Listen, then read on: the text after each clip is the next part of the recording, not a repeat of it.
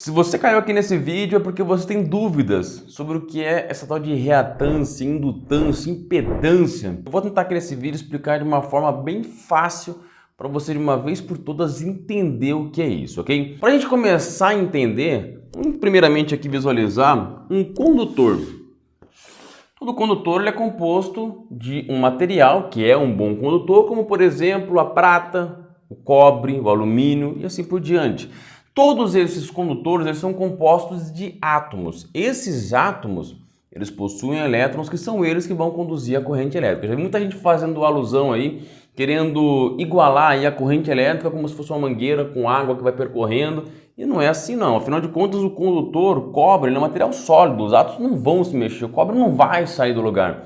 Apenas haverá troca de elétrons entre esses átomos, no qual, quando aplicada uma diferença de potencial elétrico entre os terminais, irá fazer uma movimentação da corrente elétrica, ok? Todo material, ele é um bom condutor, porém ele também possui uma resistência, ou seja, ele se opõe à passagem da corrente elétrica, uma dificuldade da corrente elétrica também percorrer o cabo.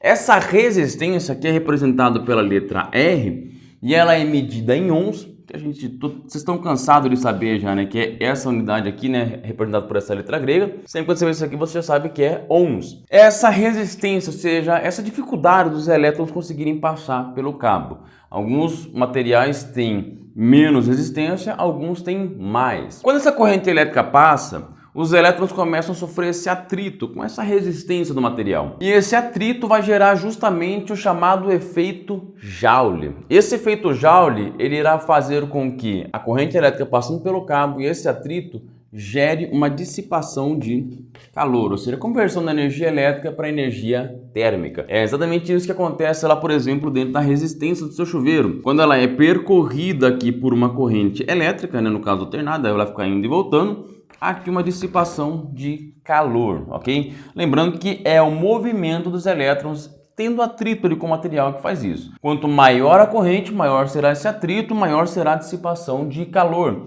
Alguns materiais com uma resistência diferente oferecerão essa condição térmica aqui diferente de outros materiais. E assim nós teremos essa resistência, ok? Medida em ohms do nosso circuito, todo mundo já conhece isso. Porém, quando essa corrente elétrica percorre o nosso cabo, ocorre um outro efeito, que é o quê?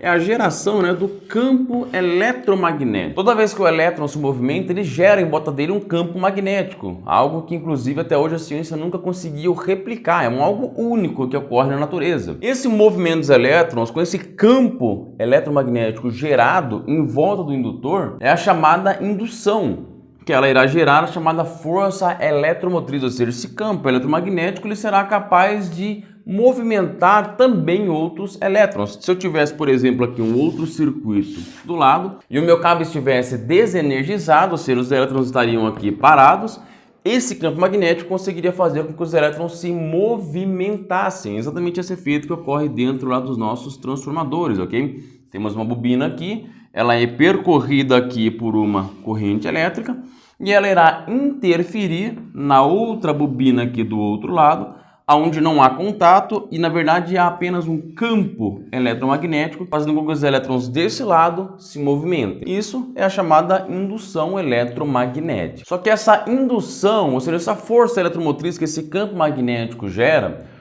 pode ocasionar a interferência no próprio circuito. Estão lembrados daquela regra da mão direita, onde nós temos aqui a passagem da corrente elétrica e um campo magnético sendo gerado nesse sentido?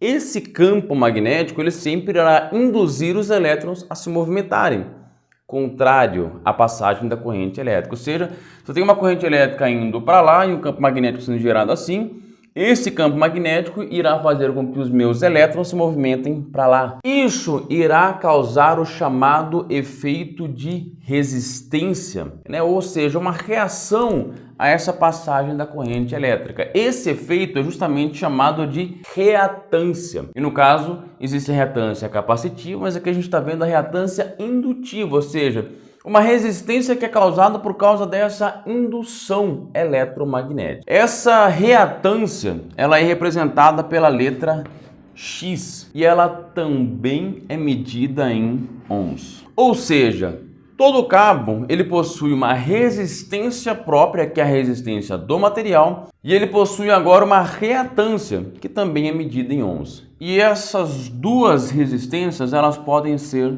somadas. Quando você soma essas duas resistências, você vai encontrar o Z, que é a impedância. A impedância nada mais é do que a soma desses dois fatores que ocorrem da resistência do material com essa resistência causada pelo campo eletromagnético. Mas há uma coisa interessante, né? A gente, quando tem aqui essa passagem da corrente, para começar a ocorrer uma reatância aqui nesse circuito, né? Esse circuito precisa ser muito longo.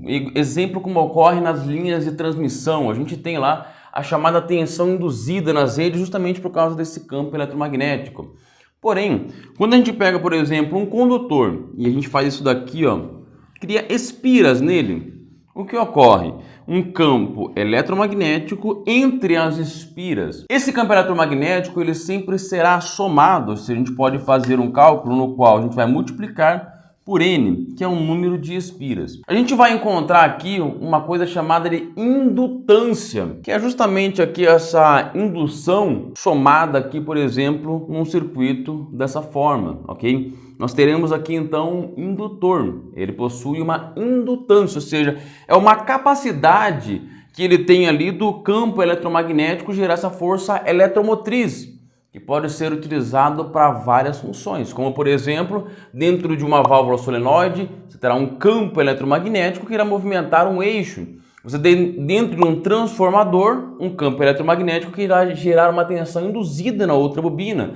Um motor elétrico você tem uma bobina, ou seja, você tem aqui exatamente um indutor, no qual vai gerando um campo magnético e irá movimentar o eixo do motor. Você terá também dentro de um contator, uma bobina, é um indutor, que irá gerar uma força eletromotriz, irá gerar um campo eletromagnético que irá movimentar ali os contatos, no contator ou mesmo dentro de um relé. E temos também os indutores que são utilizados dentro de placas eletrônicas para fazer uma resistência à passagem da corrente elétrica, exatamente. Voltamos lá de novo para o ohms. Todo indutor, devido à quantidade que ele tem de indutância, que é representada pela letra L, essa quantidade de indutância que esse indutor tiver, ele vai gerar uma reatância, ou seja, uma resistência à passagem do circuito elétrico. E para a gente calcular isso, a gente utiliza justamente essa fórmula aqui, que é 2 vezes π, mas olha que interessante. Eu vou descobrir o quê? X, que é a minha reatância. Eu vou descobrir XL, reatância indutiva, aqui ó, indução, ok? Que vai ser igual a 2 vezes π, todo mundo já sabe esse número, né? 3,14 e tal, vezes F. O que é F? F é a minha frequência. Quanto maior a frequência, maior será essa reatância indutiva no meu circuito. Ou seja, quanto maior a frequência, maior será essa resistência que haverá no meu indutor ou no meu cabo a passagem da corrente elétrica. Porque cada vez que a minha frequência altera, eu tenho alteração do sentido da minha corrente. Ou seja, essa resistência será cada vez maior, um efeito completamente contrário que nós temos dentro do capacitor. Se eu tenho, por exemplo, uma frequência de 0 Hz, ou seja, corrente contínua, o meu indutor não haverá indutância. Ele será simplesmente um fio com um valor de resistência R, porque é o meu cabo de cobre, ele possui um material de cobre. Se eu esticar ele, será um circuito inteiro, né? Ou seja, ele haverá uma resistência, mas ele não haverá uma reatância se houver uma corrente contínua. Já no circuito de corrente alternada, onde eu tenho alteração do sentido da minha corrente devido às minhas frequências, ou seja, aos meus hertz,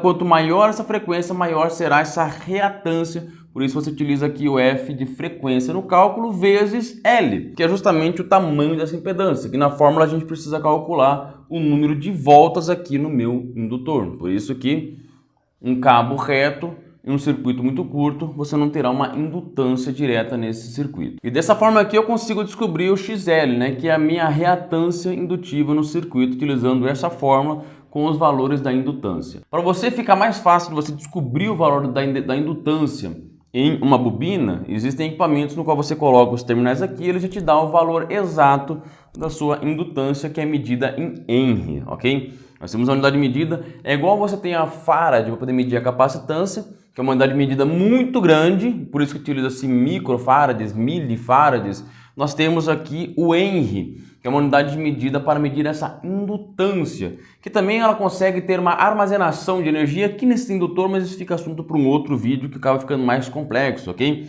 E essa indutância também, por ser uma unidade de medida muito grande, é muito utilizado o mili-Henry, micro-Henry para as medições dos indutores, mas com o equipamento, se você não tiver os dados de número de voltas e tudo mais, você consegue descobrir o valor da indutância com a medição de um equipamento, ok? Espero que tenha dado para vocês entenderem, afinal de contas, o que é então essa indutância, o que é a reatância, aqui no caso explicada a reatância indutiva, uma resistência, ok? E a impedância. A soma das duas resistências você vai descobrir um valor de impedância. Quando você pega, por exemplo, transformadores, você vai encontrar o Z. Vai estar marcado lá em porcentagens, que é o valor da sua impedância total do circuito. Quando você vai calcular correntes de curto-circuito, por exemplo, você precisa descobrir o valor da sua impedância, a sua resistência total ali do circuito. Motores elétricos também possuem uma impedância interna. Transformadores, motores elétricos, bobinas, tudo possui uma reatância. Afinal de contas, eles são compostos de materiais condutores que possuem uma resistência e são atravessados por uma corrente elétrica alternada e vão gerar ali então a sua reatância indutiva, soma e você descobre a sua impedância. Ok, pessoal? Ficou alguma dúvida? Deixe aqui nos comentários. Gostou do vídeo? Deixa o like e comenta aqui também. Compartilhe esse vídeo com seu colega que também tem essa mesma dificuldade de entender essas 3 palavrinhas difíceis, mas você agora eu tenho certeza que você entendeu de uma vez por todas. Só lembrando, pessoal, isso aqui é um básico para você conseguir entender de uma vez por todas o que é isso. Existe um aprofundamento muito mais desses assuntos e é importante você nunca parar nos estudos, se aprofundar mais, entender melhor os conceitos, aplicações, inclusive desse carinha aqui que é um indutor, que ele é fantástico, tem uma gama de aplicações gigantescas para ele. Então estude, continue seus estudos, vai se profissionalizando e se especializando a cada dia mais. Eu aguardo você no próximo vídeo.